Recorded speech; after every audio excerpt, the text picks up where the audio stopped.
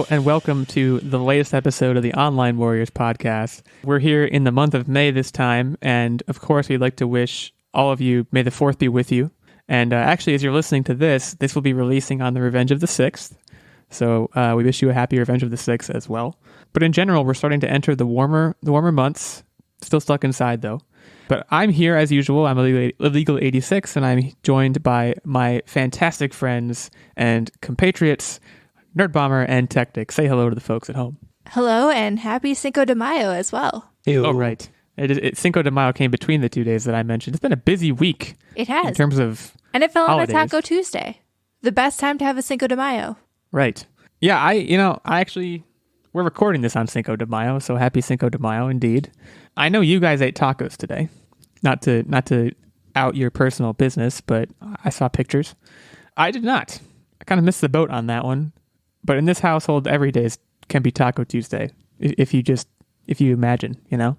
Well, let me just say, if the reason you had tacos was because you didn't have tacos is because you don't have tortilla shells, they are super easy to make. All you need is flour, olive oil, water, and that is it. For a second, I thought you were going to say all you need is love, and I was going to say, yes, that is. Tortillas are and salt. love. Salt. You need salt. That's what I was missing. We've actually been going hard on the... We usually do flour. We're a flour tortilla family usually. But a couple weeks ago, because I wanted to make like these enchiladas, we got corn tortillas and we had some left over, and we made corn tortilla tacos. And I gotta tell you guys, that's a game changer. Like, it might just be because I'm so used to flour tortillas and it was like a new thing. But so wait, you used the corn yellow tortillas corn tortillas for enchiladas, or did you just forego the enchiladas? We did do the enchiladas. Actually, we made an enchilada, and we're getting into the details now, but I'm happy to do so. We made what I call enchilasagna, which is exactly what it sounds like. See, just layers of enchiladas in a casserole dish. Oh my God, it was incredible. My hot take is that the corn tortillas taste better. However, they don't hold together well when you're eating them as a taco. Using them as an enchilada is fine because you're already foregoing the hands on this dish eating. You're just already using forks and knives. So that's definitely true. Eating corn tortilla taco, I should put a disclaimer on this. I think it tastes better, but it requires a steady hand. Because if you make one false move with those things, you get rippage, you get seepage. It's not a good time for anybody. So yeah, that's a good point. But actually, today for dinner, product placement, shout out. Y'all ever have this Beyond Meat stuff? We've tried it. Oh my God. We had a vegan phase for like a month. Yeah, that's when I lost my gallbladder. We're not even close to vegan here, but like, and I shouldn't say like we've never had it. We've had it many times before, but we took a long break because it wasn't available at grocery stores, and now it's kind of back in stock. The Beyond sausage, guys. It's like a brat. Looks like a brat, tastes like a brat. It's not a brat. Like I know it sounds like a commercial, and it sounds like we're being paid by Beyond, and we're not. It's just I was really digging it. Tacos are going to come later this week, though. We're like a once a week taco family. I feel like we have like a semblance of tacos. So we have traditional tacos a little more infrequently lately. We were eating them at like a tick of about 1 or 2 a week, but we kind of slowed down on that, and we probably only have it every other week. But tortillas are very versatile, and we are going on a tangent. But I will say, like, PBJ sandwich, super great. Chicken wraps. On a tortilla? Great. Oh my gosh, yeah. Peanut butter and jelly on a tortilla is phenomenal. You have to make sure. So basically, if you take a tortilla shell and you do half peanut butter and half jelly and then just fold it in half, you kind of make like a little taco thing. And you have to make sure the proportions are right, because if you put too much jelly, then it gets a little like too sweet and messy to eat. But if you do the proportions right, it's amazing. I still think it's more hearty than white bread, so it doesn't matter if I go hard on mine. This is eye-opening. I mean, unfortunately, right now, I don't think we have any flour tortillas in the house. I don't think that would work with corn tortillas. But who knows? Maybe I'll try it. Anyways, we're not here, believe it or not. The first, however long, 3-4 minutes of this podcast probably leads you to believe we're just going to be talking about Mexican food the whole time.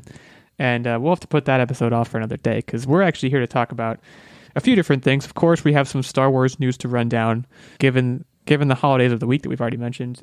We're also going to be talking about this new Assassin's Creed Valhalla trailer that we saw. And then, of course, we heard a little bit more this week about... Well, actually, I think it was the first formal announcement of a live-action Hercules, which, frankly, you didn't need to like read tea leaves to see that coming. But we're going to talk about that, who who they're eyeing to have direct, and maybe we'll talk about some of our ideal casting choices as well. So should be a fun episode, and let's dive right into it and talk a little bit more about Star Wars. So the first big news, this is kind of a two-part topic here, but the first bit of news has to do with the actual films, and Disney has announced this past week that there's a new Star Wars movie coming, and it's going to be directed by Taika Waititi, which if you aren't familiar with Taika, he did Jojo Rabbit. Perhaps most famously, Thor Ragnarok is one of the ones he's really known for, and especially considering the fact that Star Wars is a franchise that's on par with Marvel, that's kind of the data point. He's also played our favorite nanny robot. Yes, that's right, in The Mandalorian. And he directed an episode of The Mandalorian as well. Mm-hmm. So has some Star Wars experience. That's a good point. I should have noted that earlier on. So yeah, I mean, this is... I have a friend who is kind of a Taika Waititi. It's kind of a weird sentence, but like he's a Taika Waititi purist. Like he likes what we do in the shadows, and I think he felt okay about Jojo Rabbit, but he really likes like Taika's older stuff, like Hunt for the Wilder People and Eagle versus Shark and stuff like that. And he was upset about this because he feels like Taika's like selling out. I'm excited because I think Thor Ragnarok is one of the better Marvel movies. And certainly for the Thor trilogy, it was a very unique spin on things. I would think that this Star Wars movie might be headed in a comedic direction, which might scare you considering what Solo tried and failed to do. But I don't know. Overall, I'm definitely into it. We don't know anything about what the movie's going to be about. We just know that YTT is going to direct and co-write. I'm very excited about this. I really liked Thor Ragnarok. It was actually one of the only Thor movies that I really enjoyed watching, and probably one of my favorite Marvel movies in the last few years as well. And I really enjoyed what he brought to The Mandalorian and both his acting capabilities, but also the episode that he directed. If I'm remembering which episode it was correctly, I'm pretty sure it was one of my favorite. Yeah, that was like one of the most epic episodes of the entire Mandalorian series. So I'm very excited about this because obviously we've seen what he can do with some of these bigger properties. He can bring that, I don't know how you would describe his humor, but like that kind of smart humor. It's like smart and witty, but also sometimes dumb at the same time. It's a very versatile sense of humor. And we see that in Thor Ragnarok. I'm sure he'll be bringing that to Thor Love and Thunder. And I'm looking forward to see what he can do with that in the Star Wars universe. Because in my opinion, the last few Star Wars movies, besides Solo, really suffered from a feeling that they kind of took themselves too seriously a little bit. Because there was a lot of things about the last Star Wars trilogy that needed to be serious, but then I'm having a difficult time. I got you. I'm so glad you said that, because in a lot of these serious movies, these serious roles, you need something to break it up, or else it's just draining, for lack of a better term. And I think in some of his other films, like Thor Ragnarok, he has done that successfully, right? There was some strife that Thor had to go to and overcome, but also was broken up with when he saw his old buddy Hulk and the camaraderie between them. So I think overall, I'm getting some good positive vibes about this potential movie. Well, not potential movie, this movie. And I'm going to hold off on the skepticism for now. Yeah, I mean, I think you hit the nail on the head in a lot of ways. Both of you did. In terms of like, I think so Solo was a project that from the beginning, I mean, you guys remember the news report, we talked about it on the podcast, I'm sure, that it was all over the board. At one point it was compared to Ace Ventura, and then what the final product was not nearly as funny, was still trying to be funny, but it was doing so in a way that was very, I have to its credit, kind of more befitting of Han Solo, in terms of like Han Solo's brand of humor is this very smart alecky thing, and Taika's brand of humor is much more, the word I want to use, I don't know if it's the correct one, but I want to say irreverent, in the sense that I don't think Taika Waititi is the kind of director who cares what property he's working with, whether it's a multi-billion-dollar property or something that is no one's property and he just made up. He's not going to take it too seriously, and he's not going to drain the energy from it by not poking fun at the situation of the characters. I mean, I've never actually seen What We Do in the Shadows, but my understanding is it's funny vampires, which is like, vampires are not funny, and they're probably meant to be taken seriously, and they want to be taken seriously. But to put a comedic spin on that obviously creates a pretty compelling result, and I think there's a lot of potential for that here as well. You know, Star Wars is by definition something that takes itself very seriously, you know, in terms of everyone saying "May the Fourth be with you" very gravely to each other, and everyone having a bad feeling about this. You know, like it's campy, yes, but it's not going for laughs most of the time. So it's going to be very interesting to see what happens here, and it's worth noting. So first of all, right now the best estimate for this is 2022. Obviously, that's subject to change, especially considering what's going on in the world right now.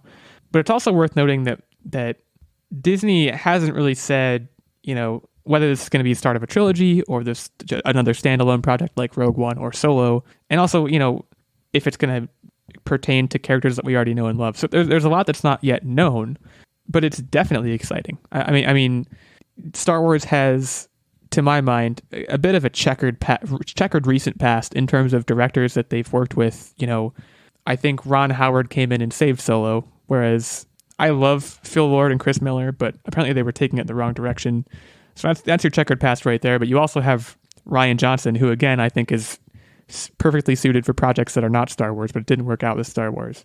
I wasn't a fan of his work there, but I really liked what J.J. Abrams did specifically with Episode 7. So I have to give Lucasfilm and Disney credit for seeing a talent like Taika Waititi, who I think his brand is very dissimilar from what Star Wars does, and them seeing that and saying let's go get him is bold at the very least, and potentially lucrative at best. Well, I think it'll be good too if this truly is the start of the next trilogy or franchise direction for the Star Wars movie empire. That's what I'll call it, because now with all of the television series that will be coming out on Disney Plus, I feel like there probably will be a distinction between the cinematic Star Wars universe and what we see and get in televised format. Right. And I feel like by getting a completely different tone from what they had before, I feel like that will be a really good thing to kind of separate the Skywalker saga from everything that will be coming in the near future then. Right. Well, and that's key, because whether or not it becomes a trilogy or is a standalone film is kind of crucial, right? Because so the sequel trilogy, I could be wrong about this, but I don't think it was the best received thing in the world. Sure, it was a huge moneymaker, but when people compare it to the original trilogy, of course, and even the prequel trilogy, I think a lot of people aren't wowed by it and would put that on the bottom in terms of if we're ranking the trilogies. So they have a critical decision in front of them, Disney and Lucasfilm do, in that, you know, do they want to keep, you know, as much as they're saying the Skywalker saga has ended, I don't buy that. I don't think you should buy that. I want it to be, though. I want it to be over. I want it to be too. But I don't know if the IP is capable of supporting anything else. I mean, we've seen glimmers of hope there with The Mandalorian and things of that nature, but like, I don't know. I think for that reason, this movie could be a huge jumping off point, because it could signal, if it becomes a part of a longer running trilogy or what have you, it could signal a huge tonal shift and a shift to different characters, new characters that can belong fully to this generation. And, you know, the sequel trilogy did kind of try to do that with certain characters, but the arcs were a mess through the entire sequel trilogy, and a lot of them sputtered in the end. So it's just, I don't know. It's also going to be interesting to see if they do a trilogy, if they stick with Taika the whole way through, if they learn anything from from the mosaic that they made with the sequel trilogy, because that, I think, was the root cause of a lot of its problems. Yeah, consistency is definitely an important takeaway. Right. And I think you could say the same thing about Solo, where Solo, you know, I bet based on what he's done, Ron Howard came in and killed it, but he came into something that was halfway done. So there's only so much he could do, and it was already behind schedule and yada, yada, yada. So I think, you know, what they're finding is that when you mix directors, you don't necessarily get a good product. And of course, before anyone who's listening tweets at me to say it, I do know that the original trilogy was directed by, I think, 3 different people. It's hard for me to ascribe my current theory of why the sequel trilogy was bad to the original trilogy. Didn't George Lucas still have an overarching hand in everything? Sure. So that right there could be it. You know, it might not be as much about the directing as it is about the writing. Obviously, you have creators like Taika Waititi and J.J. Abrams and Rian Johnson who want to do both and who want full creative control.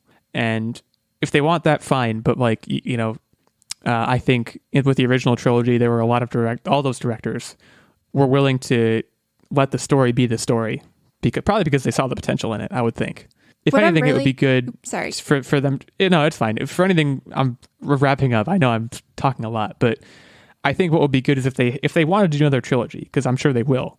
They need to have at least the broad strokes of a 3-movie story on paper before you film the first shot. I don't know if that'll happen, but that's how the first original trilogy worked, and even to an extent, the prequel trilogy worked the same way. So, I'm sorry, you were saying? Well, I'm just hoping, because this is the first time we've really gotten confirmation that there is another full-length Star Wars movie penned for the cinemas. Like, this is the first time we've really gotten confirmation of that. We obviously knew about television shows and worlds being developed for books and comics and stuff, but this is the first next step in terms of movies. And I'm really hoping that they don't go the route of the MCU. And I mean, now Taika Waititi is kind of like the overlap now, finally, between Lucasfilm and the MCU. And I know Disney owns them both now. And I really just hope that they find a story, they find a small cast of characters, and they stick with them as they have done in the previous trilogies. I would hate to see this devolve into something kind of like the MCU. And I know it's very successful for the MCU to have a bunch of different strands of movies and television shows that intertwine, but I don't think Star Wars is the type of franchise and fan base that's really set up for that. And I know that the fan base also overlaps with the MCU, but I think that this Star Wars has always been about following the epic tale of a Jedi, like one person with his entourage of people. And I think if it becomes about more of a world instead of focusing on that one hero that you can rally behind, I don't know how successful it will be, and I don't know if I'll be on board, because as we know, like, having these epic worlds in the movies is just so tiring. It only has a shelf life, and obviously the MCU is still going, but like after a while, people get tired. So I hope they keep it into like condensed chunks of trilogies. I would like that. I'm not even sure, so you mentioned that you want to follow a Jedi, and I think for the most part that's true. I don't even know if it needs to be a Jedi. Like I've mentioned before that what I was hoping for with The Mandalorian was that it would be a very force-free story. And obviously we know now that it's not. But I still like what they're pursuing, or what they at least at one point were pursuing, which is we have a gunslinger in the Star Wars universe, and he can't use the Force. He's not a Jedi, but he's still, like you said, a hero you can rally behind. And another thing I want to mention before we move on is we talked, I think last fall, and I did a quick Google to confirm that. Do you remember when David Benioff and D.B. Weiss were slated to work on the new Star Wars trilogy? That was incidentally supposed to happen in 2022, and they have since dropped out. So, tinfoil hat time, they presented something to Lucasfilm and Disney, and Lucasfilm and Disney said, this is too dark, let's course correct. I could see that. Yeah, I think, and to my mind, that's the right move, because, I mean, especially given what those two did with Game of Thrones, but I don't think Star Wars can be the super dark, brooding thing. Again, The Mandalorian kind of initially portrayed itself as that, but then quickly it wasn't that, right? It was a show about Baby Yoda. There's always going to be this childlike aspect of Star Wars that needs to be nurtured, I think, as an IP. But let's talk about video games for a second. Still staying in the Star Wars universe, we got some exciting news. There's a Star Wars VR series called Vader Immortal, coming to PlayStation VR later this summer. I don't think there's an exact date on this. Yeah, I don't think so. I know it had already launched for Oculus, but they're planning for it to come to PlayStation VR this summer. The concept art for this, I mean, so I don't think there are any videos. I haven't seen any videos. I've just read this article and looked at these images, but they are extremely compelling. The lightsaber fights are supposed to be super realistic, and obviously you're using force powers and all that. I'm super excited. I mean, I've been waiting for a Star Wars VR game for PSVR. I don't think there is one right now, and I sure as heck want one. So I've been waiting for a compelling game for PlayStation VR for quite some time. It seems to me that for PSVR, it's far and few between to find a game that I get excited about, and it's about darn time that one has appeared. Yeah, so the story of this is apparently you're a Force-sensitive smuggler who gets conscripted into Darth Vader's service because he is trying to resurrect Padme, obviously, who died of a broken heart after childbirth. Right. So, also worth noting, written by David S. Goyer. Written and executive produced by David S. Goyer. And for those who don't know who that is, frequent collaborator with Christopher Nolan. So, worked on the Dark Knight movies, worked on Man of Steel, which I know people had their feelings about that. Needless to say, he has a huge number of cinema credits to his name. So there's clearly a focus on story. And like I said, pair that with the visuals that we're seeing and take my money. I don't think there's a release date for this yet, but it says this summer. Well, I mean, just the idea of being able to have lightsaber battles in VR, like that's what we've all been waiting for. Let's be real. I mean, Beat Saber is probably the closest that we've come to that on the PlayStation VR for the most part. Like that's the closest lightsaber thing you're going to have right at the moment. So I think having a full, because I think there's 3 episodes of this, correct? So like a trilogy of games where you get to have lightsaber battles, sign me up. I am ready. Well, it's one of those things where you wonder, I mean, and I think I said this with Avengers too, the Avengers video game, it was, why did it take so long? And when you look at a PlayStation Move controller, it looks like a freaking lightsaber. So like, what took so long for this to happen? It is kind of the main question, but I guess we don't really need the answer to that now that we know that it's coming. It was probably held on by intellectual property not wanting their label on something that might be a dud. I'd have to guess that, as sad as it is. But again, the good news is it looks like we're out of the woods there and we're going to be actually getting a Star Wars VR game that looks super, super cool. So that's something to look forward to.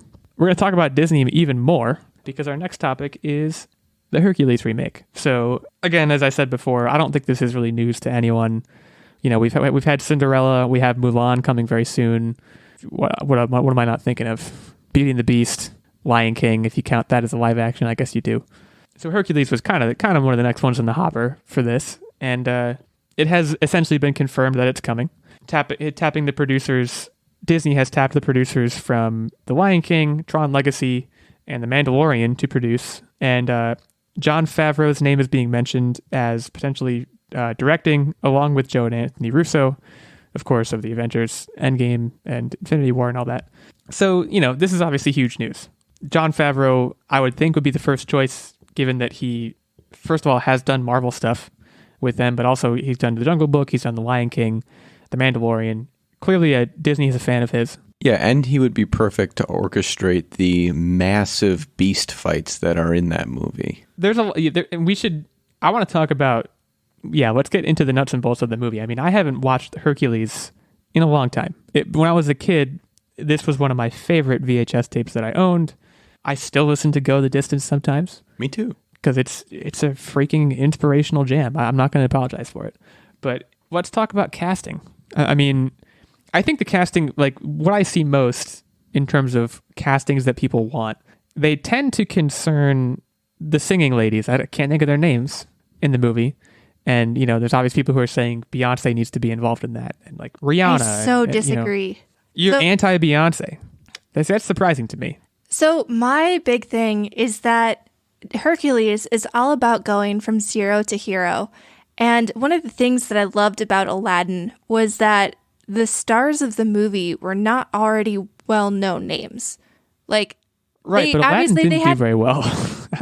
Aside from Will Smith, though, the thing that I really liked and that I found endearing about the character of Aladdin, like obviously he did have acting experience in the past, but this was like his first breakout film. And there's something about these Disney characters that you've grown up with, and it's very difficult to have some big celebrity that you already know and seeing their face as that big character. Like I was very skeptical, and we had talked about this before Aladdin even came out, of Will Smith playing the genie. And I think he did a really good job with it, but there was a lot of internal struggling on my part as I watched the movie to be like, well, this isn't the genie, this is Will Smith. And so I think with Hercules, I would like to see a lot of smaller names. I would like to see new up-and-comers, new talents. I mean, Hercules is supposed to be about a young man. I would like to not see some already made star. I want to see somebody new come to the scene. See, it's just me. I disagree with you there. For the singing ladies, we'll call them, you got to have pipes, and Beyonce's got Hudson. Pipes. Jennifer Hudson. I can't think of any other. I think I said Rihanna. I don't know. I've seen Lizzo. Lizzo will be great. Yeah, she's been put out there to be one of the singing ladies, I think. I think all of these people sound great, honestly. The main thing, too, and talk about existing stars, Danny DeVito is slotted to return. And yes, 150% yes. That makes sense. And the thing about that too is like you mentioned, in terms of Aladdin, you mentioned Will Smith being the genie as kind of a mental block for you. And the thing is, it was a mental block for everyone, but I think a huge reason for that is Robin Williams. So I think, when you look back on Hercules, there was no one who was bringing vocal talent the way that Robin Williams brought his talents to Aladdin. So those shoes were impossible to fill, of course. Will Smith, I guess, did a pretty good job. I never actually saw Aladdin, but I definitely understand where you're coming from, Nerdbomber, in terms of wanting fresh faces. And I think the character of Hercules himself, that's a prime candidate for. I mean, again, we're talking about the singing girls, and there's a lot of opportunities. There's a lot of possibilities there. Danny DeVito returning makes perfect sense. But for Meg and Hercules themselves, I don't know who I see there. Like for Zeus, I could see a Kurt Russell situation, but Hercules and Meg, I think you get fresh people in. I think you're right about that. I agree on those two. The other one that I'd like to see existing fame is for Pain and Panic. My number one choice of the people's choice, we'll call it, was Jonah Hill and Michael Cera. I think that would be amazing. That'd be a pretty fantastic combo, yeah. So this is, I think before this was even announced, we were seeing people saying, "Oh, for this we get this person, and for this person we get this actor." But like the ones that I remember are the ones that I've already said: Kurt Russell and the singing girls, and you mentioned Danny DeVito, of course. I think Pain and Pleasure as Jonah Hill and Michael Cera would be great too. But Hades is a big one. Hades is a big one that I also don't know the answer to. I think Hades could also be an established actor, but I think you're right that the protagonist, Hercules himself. So I don't know who plays Hercules. Of what I've seen, people speculating about is Benedict Cumberbatch as Hercules, but I think he would be a fantastic. No, let me finish. Absolutely not. I think he would be a fantastic Hades. I think he could do that role very well. I don't. He's not young enough. He's not old enough. I think you need like a Jason Isaacs, like someone who's got some gray. I don't know. I don't know why I picture Hades as being an older person. One that I absolutely cannot get behind is Ariana Grande as Meg. Whoever they pick as Meg has to have, and pardon my French, a little bit of a bitch face, in my opinion.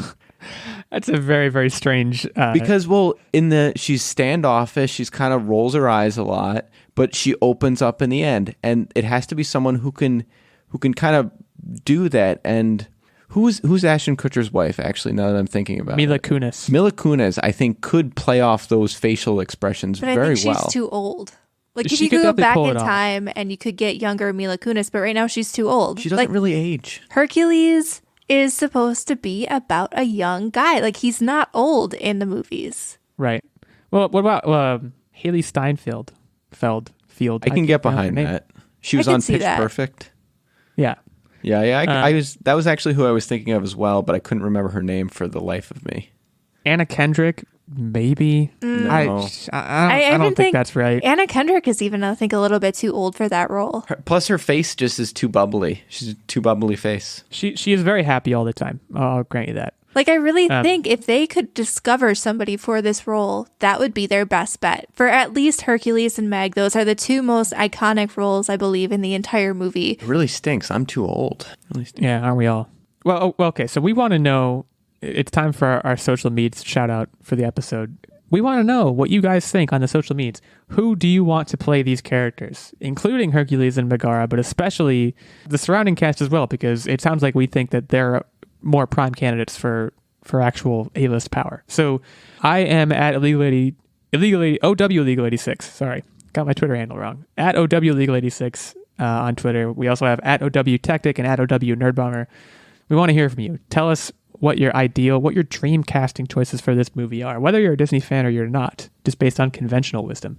We'd love to hear from you. So we're going to take a quick break now, as we often do, to shout out some of our friends. But before we do, I would be remiss if I did not shout out our fantastic Patreon producer, Mr. Ben Jagnes, supporting us week after week. Huge thanks to Ben. Ben supports us on Patreon at the night level, which is the highest of our 3 levels. And as a result, he gets a producer shout out like this one in every episode. He gets input into our weekly game segment, which is coming later. He also gets access to our monthly secret segment and vlog, and he gets a periodic opportunity to guest on the show, which is coming up. Talking to you now, Ben. Get hyped for that. So if you want to be like Ben, you can head over to you can head over to patreon.com/Online Warriors podcast and check out the details. There's also 2 lower levels of support, the Squire level, which gets you monthly secret segment and vlog access, and the Page level, which gets you access to the monthly secret segment. So head on over there, check it out. We would love your support. But for now, we will take a short break and be right back to talk to you guys about whatever our next topic is, which I forgot. Assassin's Creed. Gosh. Assassin's Creed Valhalla. How could I forget? We'll be right back. Hello, everyone, and thank you for listening to the Online Warriors podcast. My name is ChocolateBear80, and I'm here to tell you about Cross-Atlantic Gaming. We are a gaming-centric podcast. You can check us out on iTunes, Spotify, and all your other fantastic podcast catchers. Check out our website at www.crossatlanticgaming.com. Now back to the show. Techtic, Nerdbomber, Illeagle, take it away. Okay, welcome back. Guys, Assassin's Creed Valhalla. This is one of the bigger pieces of news from the past week, of course. Assassin's Creed, obviously, a huge game franchise, and they are heading into Viking Town. Which I guess when you think about it, I didn't see this coming. I don't know if this was already announced or anything, but it's a perfectly reasonable historical, archetype for them to tackle. There was a bit of a leak a while back where the title Assassin's Creed Ragnarok had leaked, so I had kind of been expecting something with Vikings. I don't truly understand why they switched it from Ragnarok to Valhalla. Probably to avoid Thor confusion, I would probably. guess. Actually, yeah, that's a really good point. I don't know. But what I do know is and I've known this for years, and if you're a video game fan, you probably know it, there is no one who makes video game trailers quite like Assassin's Creed. Or I guess more accurately, quite like Ubisoft, or Ubisoft, however you want to pronounce it. Their trailers are cinematic beauties every single time. Because their games are cinematic beauties. Their games do have that quality, but here's my experience with Assassin's Creed. I played all of Assassin's Creed 1. It was fine. I played part of Assassin's Creed 2 and stopped because I was getting bored. Oh my God. Because I couldn't... You have the same problem that I have too with Assassin's Creed. It's just so much. It's a lot. Well, that's not my only problem, but that's definitely one problem. My main problem, and it's hard to even call it a problem. It's more of a me problem than an Assassin's Creed problem. I think when I watch the trailers for Assassin's Creed, obviously what you're thinking is, I want to play that character. I want to do that. And it promises more than the game can deliver. And the game certainly gets as close as game could come, I'd imagine. But there is something about the combat that they show in these trailers, the fluidity of it, and also the brutality of it simultaneously, that it's so hard to recreate, but it looks so amazing. I've watched, you're on YouTube. You go on YouTube just to watch whatever. You don't even know what you're going to watch. You just go to YouTube to watch something. I will occasionally go and just watch Assassin's Creed trailers because they are just fantastic. The music, the camera work, the combat mostly, but it's just, it's amazing.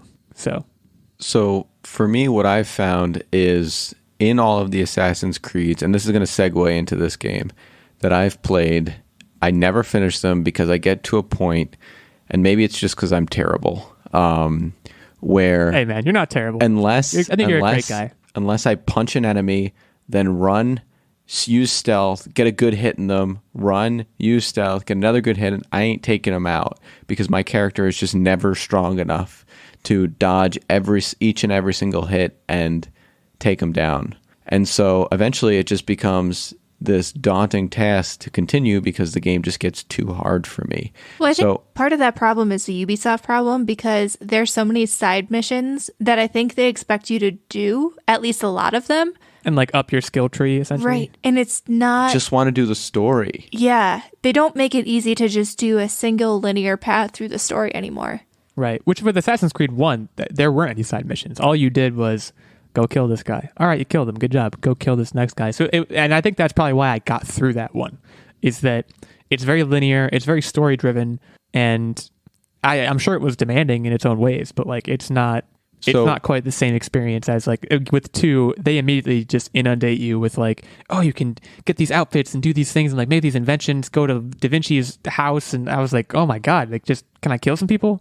So when I saw this trailer, the one of the things I saw was that they are bringing back battleships, which Well, there's another thing that we got to do to level up, and I immediately started getting nervous about all of that. The other thing is this style of fighting really going to take away truly what makes Assassin's Creed, right?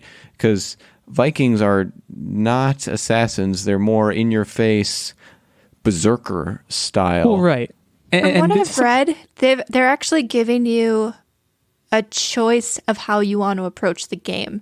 So this is a little bit of a snippet from a Windows Central article that I have pulled up, but it says a revamped combat system allows players to dual wield any combination of weapons, including 2 shields, against a greater variety of enemies than ever before. Whether you want to brutally decapitate them with a war axe or stealthily kill them in the shadows with your hidden blade, the choice is yours. 2 shields? I'm very confused by that statement. I mean, that can't be fun. Like, how could you have fun? No. Honestly, like, whenever I play some kind of combat game and I have to have a shield, it makes me sad and upset. Gets in the way. Yeah, I usually do it to like up my armor class, but nobody ever really wants to carry a shield, do they? It's boring. I mean, this is touching on a thing like you said, Vikings are berserkers, and like even in the trailer, like of course the trailers, I've already said I loved it and it was great, and like, but the thing about it is it's a Viking that's fighting. Well, a bunch of Vikings that are fighting. We're kind of focused on one Viking in particular. And then at one point he says Odin is with us, which led me to believe, there's an assassin like in the shadows. They might have even showed an assassin somewhere in the shadows. I was like, okay, the assassin's coming. This is going to be cool. And then, no, the Viking just has an arm blade and stabs this guy in the eye right at the end, right when he's not expecting it. So it's like, I always wonder... I wondered this about Assassin's Creed. I think the third one, Assassin's Creed 3, which was the Revolutionary War one, and especially about Origins. I remember when the trailer for Origins came out, I was laughing at it because you're running up pyramids, and like to me, Assassin's Creed, based on my experience, which is admittedly limited, is you're climbing buildings, you're on the rooftops, you're running around, you're sneaking around. You're not like on a battlefield running at guys with guns. In the case of the Revolutionary War one, you're not a Viking who's just axing people. You're supposed to be that's not what an assassin is to a large extent, in my opinion. An assassin is a person who sneaks around, walks up, finds a way to cut your throat, stab you subtly, and get away. I get this weird feeling. So, and also like Assassin's Creed Odyssey and Origins, these new Assassin's Creed games are really getting very RPG. Like even in Valhalla, they're saying that you'll be able to forge political alliances, choose dialogue options that influence the story. Alliances. They're going to have raids and settlement growing and the ability to expand your power with influence. And with the raids, I guess you can pillage enemy villages. Like, that doesn't sound like an Assassin game to me. Yeah. It sounds like they're taking the Assassin's Creed franchise because it's popular, and they had in their head, like, I wanted to make a Viking game. Right. How can we make this popular? And so they popped Assassin's Creed on it, and this is what we're getting. And, like, I think they were saying that they're going to continue... Assassin's Creed always has this like futuristic story component to it where they're like following the ancient story. And all that. Yeah. And I think they're going to continue that. But ultimately, like, I feel like these games are starting to get away from the original Assassin's Creed. And would it be better to just call it something else? Like make a new franchise. It won't make as much, but it won't make as much money. I think you hit the nail on the head in terms of like, these are, for all we know, this game was a game that was just called Ragnarok. It wasn't called Assassin's Creed. It wasn't called Valhalla. And then someone at Ubisoft was like, hey, we'll buy this property because what you have looks great. And then, I don't know, throw some Templar crap in there. And we have an Assassin's Creed game. So like, it's, I totally agree with that. I think it's losing sight of, fundamentally, like what it means to be an assassin, first of all, but like also the spirit of the original games, which I did play. They don't look like that anymore. And they haven't for a while. Are they great? Like, I'm sure they still are, but like it's different. To be clear, like I'm super stoked about this game and it looks super interesting. The trailer was super exciting and really detailed and incredibly captivating. And I have been clamoring for a Viking game. Like God of War was one big Viking game that came out, but I feel like it's still a relatively untapped area in gaming. You have a bunch of cowboy games at this point. You have a bunch of zombie games. There's been a couple like Roman time games. I think and we all know there's been like fantasy and like medieval games up the wazoo, but having a true Viking game, there's really only one or two that I can think of, and it's a great setting. Like, yeah, I'm excited for it. It just doesn't seem like it's an Assassin's Creed game. The other no, like thing, I said, it's going to be great. It's just it's hard to even consider Assassin's Creed at this point. Sorry, Techtic, go ahead. the other thing that confuses me about this is the mere mention of Odin leads you to believe that there's A mythological the component. mythological kind of magic side of it. And again, I think you're absolutely right. Where did Assassin's Creed just slap their label onto some already Viking lore game and just said, yep, this is the next Assassin's Creed? Because assassins don't use magic. They use pure skill and a crow.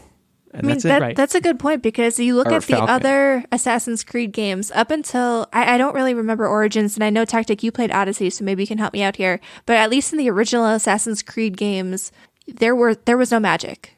There was like mystique, but there was you no had magic. your bird. That was it. Was there any in Odyssey? Like is this the first potential appearance of magic, or have they existed? Has that existed in other games? I honestly don't know. There was I've like lost track. the only extent of the magic was like the weird crystal shard things, which that goes back to the Templar. So it wasn't really like your character used magic to fight. It was all hand-to-hand combat, special skills, things like that. Which even then, going back to losing the secret sauce, as you fought, you became a ranked hitman type person where all the other assassins knew who you were. That's not an assassin. If everyone knows who you are, right, you're not a good assassin. then yeah, that's exactly right. Like I'm trying to think about when Assassin's Creed departed from, like I'm Googling it now. Like what was the first jumping off point in terms of like the first two I believe or it was three the books. pirate one where it really because the first 2 or 3 games were you're like in Italy kind of looking place, and like there's like one when you're in Damascus, one you're in Italy. You're in a vaguely European / Middle Eastern city, and like the locale is pretty similar. Like, but when you get to I'm trying to scroll now and figure it out. I think it was Assassin's Creed 3, which is actually the Revolutionary War one. That's the one where you get a huge jumping off point in terms of. That's when I feel like they might have just gone out, and it wouldn't surprise me if the news came out that like, oh, Ubisoft has just been buying properties from other people and reskinning them. Like someone might have come up with a really cool Revolutionary War era game, and Ubisoft saw that and was like, we're gonna Assassin's Creedify this, and went and got it. I mean, I don't want to like. I feel like we need to take a second, and there are probably Assassin's Creed fans who are listening who are just livid with us right now. Like, Assassin's Creed is a great franchise. It's it's more likely that it's just not for me, and it's been great the entire time. But it is interesting to think about the core concept of the game and how it has shifted through all of these iterations and where it is now. Even hardcore fans can't deny that it has certainly evolved. It's meta, yeah. It started as a story focused on Ezio, or however you pronounce his name. No, Altair was the first one. Then it went to Ezio. Was it? Yeah, Altair was episode 1, or Assassin's Creed 1. I think Assassin's Creed 2 was Ezio, and then Ezio was Ezio for Brotherhood and Revelations, and then you got Kenway for Assassin's Creed 3, and then it started bouncing around, ping-ponging to a bunch of different people. I feel like when they had a focus on certain characters that they kind of were all interconnected and carried from story to story, it was a little bit more tightly focused, and then it branched off somewhere. And like I said, that doesn't mean they're bad games. Honestly, for me, I think I'll probably so here's the caveat. I've actually never played an Assassin's Creed game, and I wanted to get into it, but Blasphemy. the fact there's like so many of them now, and they're so overwhelming, and I feel like I need to understand and go back from the beginning and just play starting from the first one and work my way up. But like at the same time, I just want to jump into the RPG type ones because that's the kind of game that I like to play. Like for me, I do get excited when I'm reading about Valhalla and seeing how you can have settlements and you can have branching dialogue options that'll really influence the path that your game takes. Like to me, that's exciting. And being able to, I think this is the first Assassin's Creed where you can fully customize your character. Like that's cool to me. I like that. I want that. I like playing that type of game. So I feel like I want to play this game, but I have this history of 10 games now that I need to catch up on, and it's kind of holding me back a little bit. Like for me, if they didn't call it Assassin's Creed, I would probably be more likely to play it. Well, because I think what it is, because I was kind of in a similar situation. When I started playing Assassin's Creed 1, it had already been out for at least a few years, and I was kind of trying to play catch up with it. And I think from game to game, except for the Ezio games, which there's like 3 of those, and I think they probably have a continuing storyline. I think the only continuing storyline amongst all the games probably happens in the future, quote unquote, future world, like with all the animus and stuff. I don't know. And again, if someone's listening to this and saying, "You idiots, this is how it is," go talk to us on Twitter and tell us. But I definitely agree that I think Ubisoft might eventually hit a point where people would be more likely to play Valhalla if it was just Valhalla. And if it wasn't Assassin's Creed, there's going to be a break-even point where people aren't going to want to invest all of their time in understanding this huge extended universe, before getting into the game they really want to play. And the more they jump around between historical archetypes, the more likely it is that will eventually happen. Like, the important thing to note, too, is that this is one of the first games that have been confirmed to be on the next generation of consoles, because this is coming out holiday 2020, and there's no confirmed release date, but they're already saying it will be released on both this generation of consoles and the next. And luckily for an Xbox user, they also said that this is going to be one of the games where if you buy it on the Xbox One and later upgrade your console, it will carry over, so you don't need to buy it twice. But like, if you're a brand new person, you're investing in a console for the first time with the next generation, do you want to jump into this long storied franchise? Because I don't know if I would. And granted, there's like the same thing's going to happen to people with Halo Infinite. So it's not an uncommon problem, but it might eventually become a problem. And it's a similar problem, I would argue, to movies, is that we're so built, our entertainment is so founded on building a money maker that just kind of churns, and it's a huge franchise that has many installments, but eventually you're going to start losing people because you can't get fresh people in because they don't want to have to shoulder the weight of the past 9 games that they didn't play. Yeah. Well, that's not to like bring in another news topic, but with Mission Impossible and like the whole news that the next Mission Impossible with Tom Cruise might be shot in space, like, I don't care. I never saw any of the Mission Impossibles. I'm going to be sitting through this movie and I won't understand half of what's going on. You guys... I care deeply. I care very deeply about that. The irony of that statement is hilarious. Well, no, like, okay. Would you say watching all of them is impossible? For me, yes. You guys took me to a drive-in and it was like the second movie or maybe the third in a lineup. And I remember the 3 of us sitting there and you 2 were awake, and I almost never fall asleep, even at a drive-in movie where it's like the 2 a.m. start for the last movie. I almost always Mission power Impossible through. To drive-in? We did, and I fell asleep. I love the Mission Impossible movies. Full disclosure, I don't know, the Tom Cruise news, which we might talk about that next week. I don't think that was specifically associated with Mission Impossible. I think that was just Tom Cruise wants to shoot a movie in space because he's Tom Cruise. But if Mission Impossible does shoot in space, I'll tell you, I'm there. I love Mission Impossible. I recommend it. The franchise ties are more now than they were with like the first and second ones, but they're still pretty light. You could definitely watch a Mission Impossible movie and understand what was going on. There were character relationships that I was not invested in, and they expected me to care when we saw it, and I just didn't. You don't need to care about anybody except Tom Cruise when you're watching Mission Impossible. That's just a stone cold fact right there. But anyways, we digress. Assassin's Creed Valhalla, like Nerdbomber said, drops this holiday season. Go watch the trailer if you haven't already. Let us know what you think. We'll probably be talking about it again, at the very least, when it comes out, a few months down the road. So let's shift gears into our What Are You Up To Wednesday. I think Techtic wants to go first today. I think he mentioned having something he wanted to discuss. Am I incorrect there, Techtic? A couple things. This has been quite an exciting week for me. First and foremost, I have decided to take up a new hobby, which is should have been an old hobby, but I just never took it up. So a while back, Nerdbomber got me a ukulele, and I played it a couple times and then got really frustrated trying to learn the notes and the frets because I've never played a guitar before. It was just kind of learn it and figure it out. And then I found out, and feel free to laugh at me, those of you who play stringed instruments, I found out about tabs. Tabs are amazing. They basically, it's music sheets that just tell you, put your fingers here, dummy. And now I can start playing it so much easier. I'm working on learning how to play currently the Animal Crossing intro tune. And I know that sounds silly, but it's an easy pick kind of rhythm, and there's no strumming necessary, so I can do each note one by one.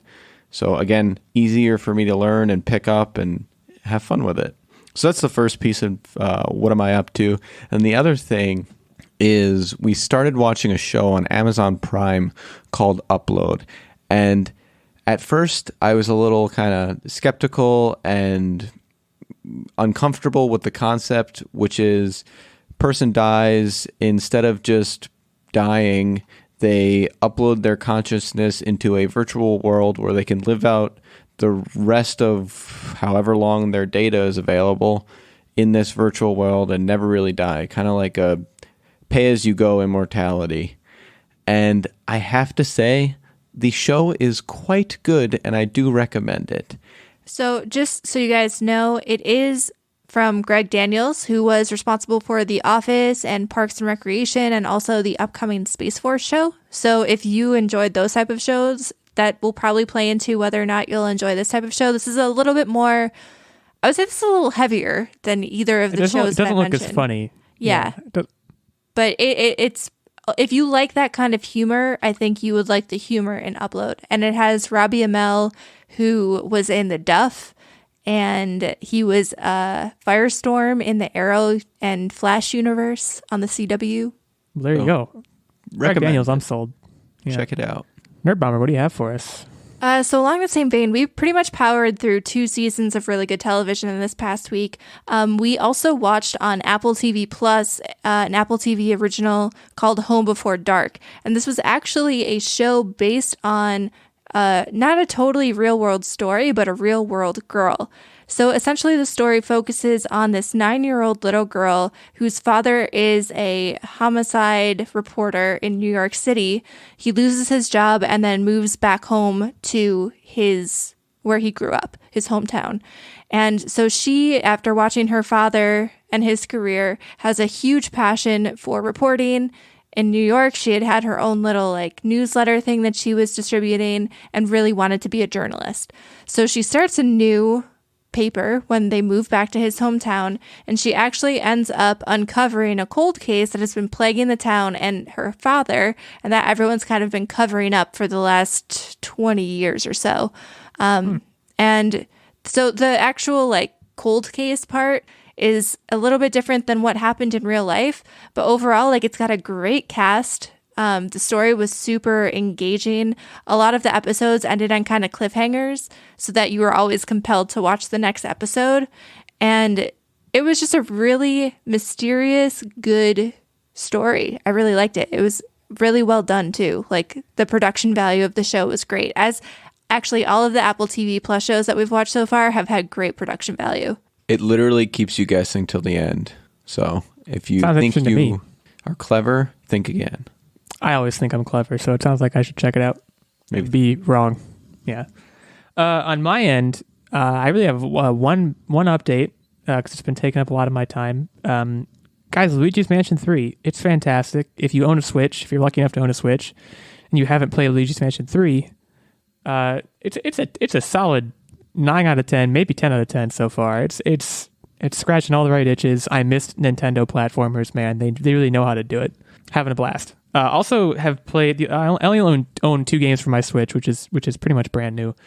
The other one is called Moving Out, which is from Team 17. They're the studio that did Worms. If you're familiar with Worms, which is like an old PC game from way back. I loved Worms. It's great. Well, this game is not really anything like Worms, but the studio did a great job. It's very similar to Overcooked if you're familiar with the Overcooked games. But instead of cooking stuff, you're trying to move things. You're a moving crew. You're moving stuff out of a house into a truck, and you have to work together. And it's stressful in the same kind of pleasant way that Overcooked is. So if you're into that kind of game, if you're into couch co-op, it's fantastic. Would definitely recommend it. So I'm in Switch Town. I'm having a great time. Happy to be here. I'm so glad you're finally in Switch Town. It's truly a joy day in and day out. Quiz time, I think, right? Yes, it is. Nerdbomber. A great quiz topic for you guys, brought to us by our Patreon producer. The quiz topic this week is whiskey. So I know Ooh. Illeagle is very excited about this as he's venturing into the whiskey world. But hopefully these questions do not give you an advantage because they're kind of out there. As I tried to do with the 80s movie trivia a while back, kind of tried to pick something unique. So, and as much as I like whiskey, I don't think I know very much about it, so I'm okay with this. So these questions are going to be done in the Price is Right fashion. Again, they're all kind of numbers based. So as long as you guys don't bust and you get closest to the number that is the correct answer, you will get a point. So let's just jump right into it. So the average measure of whiskey contains how many calories? Okay, I'll go first. I'm gonna say 12. What is an average measure of whiskey? Like a shot worth, like your standard drink of whiskey. I'm gonna say 20 calories. Okay, are you guys like in Dream World? You guys know that there are calories in whiskey, right? There are 64 calories on average in whiskey. I don't know calories. I don't know if you can even like eat anything that is only 20 calories. I wanted to say 50, but since he guessed 12, I just kept it safe. So Yeah, I was smart. going to say that was like impressive because it's fewer than a banana, but you guys think there should be like no calories in whiskey. So I don't think there's any calories in anything. That's where I am. It works out for me. Okay, so I'm losing. Fair enough. Techtic gets that point. Yeah. Yay. Okay, so the next question is, at what age did Jack Daniels learn how to make whiskey? Oh God. Okay. Well, so I go last. I go Technic, first. take it away. Trick question. Jack Daniels isn't a real person. No, I'm kidding. He learned how to make whiskey at the ripe old age of 14. I was gonna say you're right in the ballpark. I was gonna say 12, but I can't now because of the way Price is Right works. So I'll say 16 because I don't want to be the jerk that goes one over you. I'm gonna say 16. Okay, so this one was my signature trick question. You guys both busted. He actually learned how to make whiskey at the ripe old age of 6 years old from a Come Lutheran on. minister. I should have gone lower. Yeah, I don't know. Like, how would you retain that? At 6 years old, I feel like I would have no idea what was even going on. But It's not a trick question. It's just Jack Daniels was an interesting individual. He was a drunk individual from the sound of it. Taking the sauce at age 6. My God. All right. So the next question is, what is the earliest known record of whiskey production? What year? Boy, this is early. I would imagine this happened in Scotland, which, as you know, is where Scotch is made. We're in like Middle Ages territory, and maybe I'm absolutely wrong, but I'm gonna say like 1200. All right, Techtic, what do you got for us? I think it was earlier than that. I'm gonna say 400 BC. Oh, Okay, wow. so Illeagle gets the point to tie it up. The earliest known date of whiskey production was in 1494. Oh man. I feel good. I was in there. All right, so we're tied up. Chris Columbus sailed the ocean blue, chugging whiskey. All right, next one up. What percentage of Scotch is made in Scotland? Hey, And if you don't know, talked about Scotch this. is a type of whiskey. Okay, I'm gonna say Scotland makes 23%. Oh, it's higher than that. I'm gonna conservatively say 35%. It's actually 90% of Scotch is Yeah, made I knew in it was way Scotland. higher. I just wanted to be safe. So why don't they call it Scotchland? But Scotchland. That one's gonna stick with me. All right, so I took the lead, right? you did. It's now 2-1. This is going fantastic. So my next question is the barrels which are used to make Scotch. How many times can they be used? This is. I have no idea. 6. I don't know. 6. Complete hip shot. I have no idea. Techtic, what do you think? I can see the gears turning, smoke coming out of his ears. I think it's less than 6, but I feel like that would not be really. I'm trying to think manufacturing too. Like, do they line these Economically. barrels, and is there things they do that they can reuse them? I'm gonna go. You know what? Roll the dice. I'm gonna go 15. Wow. All right, so you both busted on this one. They can be used up to 4 times when making Scotch. I And think actually, is that what like single malt means and stuff? Because like is single malt like they only use the barrel one time? Like I don't know what that stuff means. I'm probably totally wrong. Again, someone's probably yelling at me right now through their podcast device. I don't know, but I do know that the barrel has a lot of, it contributes a lot of the flavor to the whiskey. I should have went with my gut. I was trying to play loose and fast. I was pretty close with 6, actually. I'm proud of myself, even though I busted. How many questions we got left here? Okay, we've got 3 questions left, and I have a couple backups in case we need to do any kind of tiebreakers. So right now it's 2-1. Now we're going to transition over to bourbon, which is an American-made whiskey. It's made from malted grains. What is the minimum percentage of corn that must be used to create bourbon in order for it to be classed as a bourbon? Give me 1 second. I have a bourbon right here. I'm kidding. What I know is that rain makes corn. Corn makes whiskey. Whiskey makes my baby feel a little frisky. So I'm gonna use that. I'm gonna internalize that. Come up with an answer. But Techtic, I think you're first. What percentage? Yeah. So what is the minimum percentage of corn that needs to be used? I'm gonna go 35% minimum. All right, Illeagle. I think it's lower. I'm gonna say 12. All right, so Techtic ties this up. Crap. Bourbon needs to use malted grains that are at minimum 51% corn. This is actually more relaxed than the rules that constitute what needs to be in a scotch. The only real hard and fast rule for bourbon other than the corn is that it needs to be made entirely within the United States of America. Because God bless America. All right. So if someone ever tells you that they have a European bourbon, they're blowing smoke, folks. So that's a good life pro tip right there. Keep it on the bourbon train. According to the Kentucky Distiller Association, what % of all bourbon whiskey is produced in Kentucky? This is a high number. I'm actually gonna lowball it. I'm gonna say 40%. Good, because I was just gonna be cheap on that one and say 50%. All right, so this one gets Techtic another point. 95% of all bourbon whiskey is apparently produced in Kentucky. And just like that, he takes it.